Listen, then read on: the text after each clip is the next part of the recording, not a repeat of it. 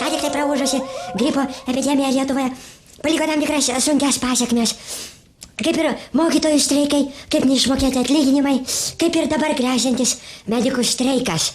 Be abejo, mes tai randamės radio šou ambulatorijoje, radio šou Miestelio apylinkės ir rajono ambulatorijoje, kurioje ir pakalbėsime su medikais, kasgi nutiko, kodėl vis dėlto medikai yra nepatenkinti, nors gal širdį daug kas iš mūsų nepatenkintas ir jų darbu, ir jie nepatenkinti mumis. Ir kasgi vis dėlto privertė, kaip sakant, kas jūs privertė imtis tokios, kaip sakytum, išimtinės, šitos kraštutinės priežasties streikuoti.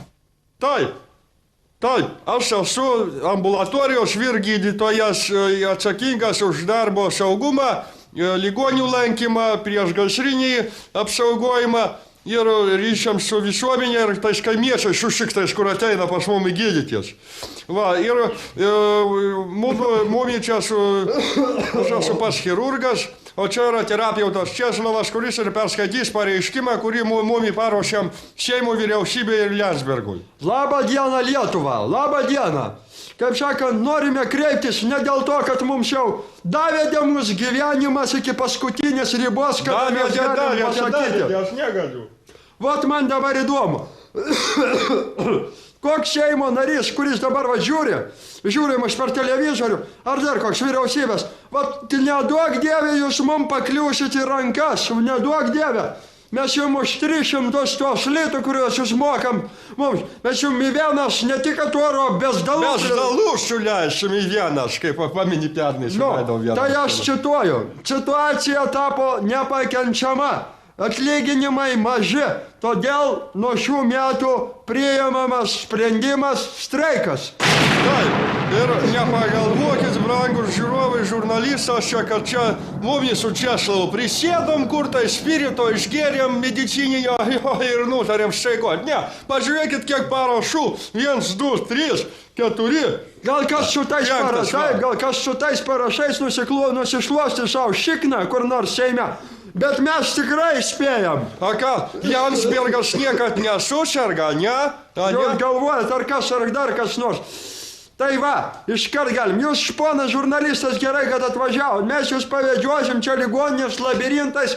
Patys pamatysit, kokia mūsų situacija. Gerai, jo, aš dabar, kaip ir gydytojas, o dabar einam šito kalidarium, viską, jūs galvojate, iš kur man labai lengva gauti, sumokėti statybininkam, kad čia šlifuotų sienas su teptelium.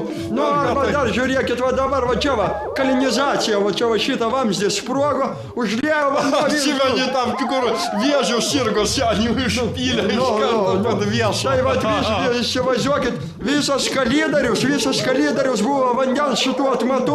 Anksčiau tai būdavo paprastas, pastruojinai visus ligonius, ant girtoklėlių pas mus būdavo iš blavyklos, šveis, tik nušveičia, o dabar demokratija pas mumis, ne? Vat už tokią demokratiją šikną už 300 litų bezdalų suleisim kam nors. Nu, tai va, pamatysit. Arba pamenu dabar va tokią situaciją, ką va darytų žmogus, jeigu pas jį atveža policininkai, kokį tai dvokiantį senuką mirštantį, kam jis nereikalingas. Pas mus čia radio šou Miestelį toks žmonių vadinamas smirdalūnas, toks vaikščiojo, Elgeta toksai, nu tai atvežė jie. Čia patraušiu kaip pas Biliūną, kaip kur tas Elgeta tokis. Nu, tai va. Jis pažiūrai gaila, kaip šunytis, koks, ale smirda zaraža, toks pakasnas visas buvo. Utelės nu, tai pasita. atvežė, va dabar šitas policija, atvežė iš gatvės. Sako, nu va, susirgo, jis irgi gripo. Pasiimkit, sako, jūsų, aš standvesantis, kur mes įdėsim, į Morgeną dėsim. Nu, koks mumis, tai kur aš įkvečiau Zbignevą, kur Morgenė dirba ortopedinim, neša iš tą dėduką, sako, bronius, vyrgydytojas, pažiūrėkit, kaip jis atrodo. Tai ką, mes jį į lauką išnešėm, o kai jis pastipo prie durų, tai mumi kalti likama, ne? Kur čia įstatymas yra, kur įstatymas, kad mes priimt turime? Kur yra toks įstatymas parašyta, kad turi teisę, kas dėduką dvokiantį, smirdantį atvežti miestį. Ar ne dabar kokį banditėlį, pasipiškina, jauni žmonės, mėgsta ten išgeria kartais, peršauna ranką ir kitam. Tai dabar potvarkis sulaikyti ir praneš policiją. Kas mes? Policija? Kas mes? Daboklė? Už 300 litų aš tokį laikyšiu bandytą, reiškia, kur, jie staigiai pagina, jie gajus labai atvažiuos. Nu, tai pas mus čia buvo atvežtas toks vienas atvežė po pasipiškinimą, žinai. Nu, čia panevežai, kur tas įvyka.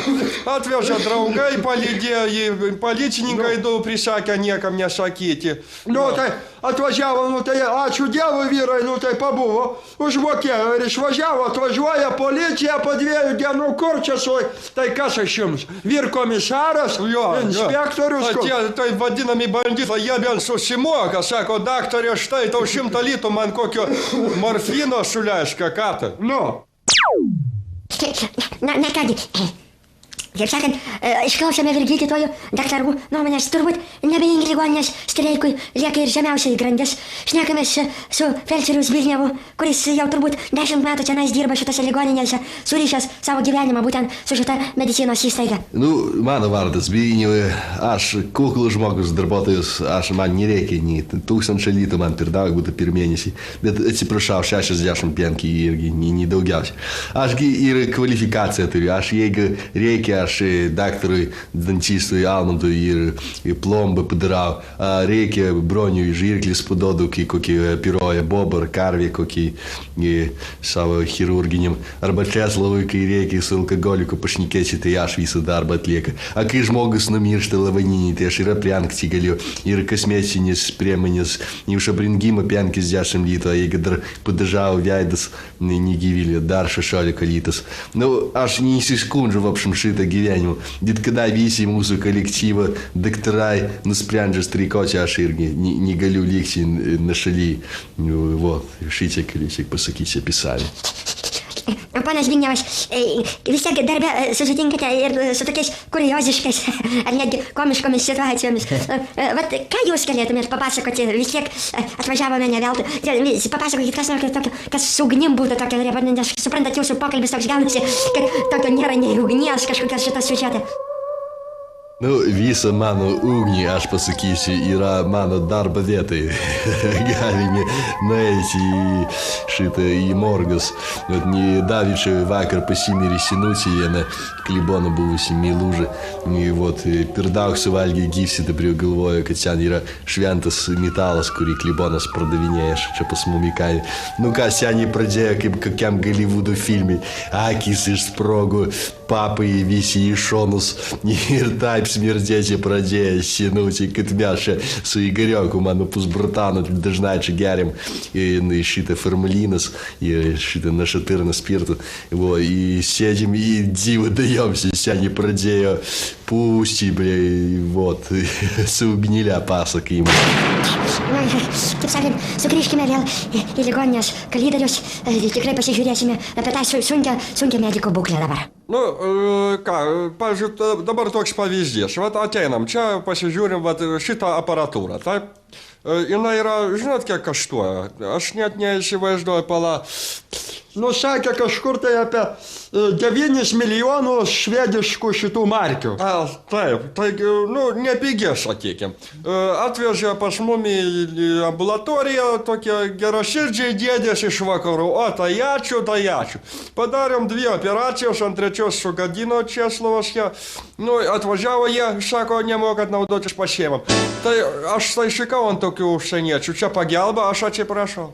Situacija ligoninėje tikrai gan sudėtinga ir krizė galbūt bus greit išsprendžiama, bet vis dėlto mūsų kūrybinė grupė radio šou laidos Sveikata atvažiavo čia ne tik pasišnekėti apie tai, kuo šiandien gyvena daktarai. Mes šiandien norime ir paklausti tam tikrų daug dalykų, kadangi, kiek žinome, jūs vis tiek ligoninė yra pasiekusi tam tikrų rezultatų, gydant žmonės ir galbūt, daktarė, jau šį kartą paverskime mūsų laidos puslapį Sveikatos patarimai teležiūrovams.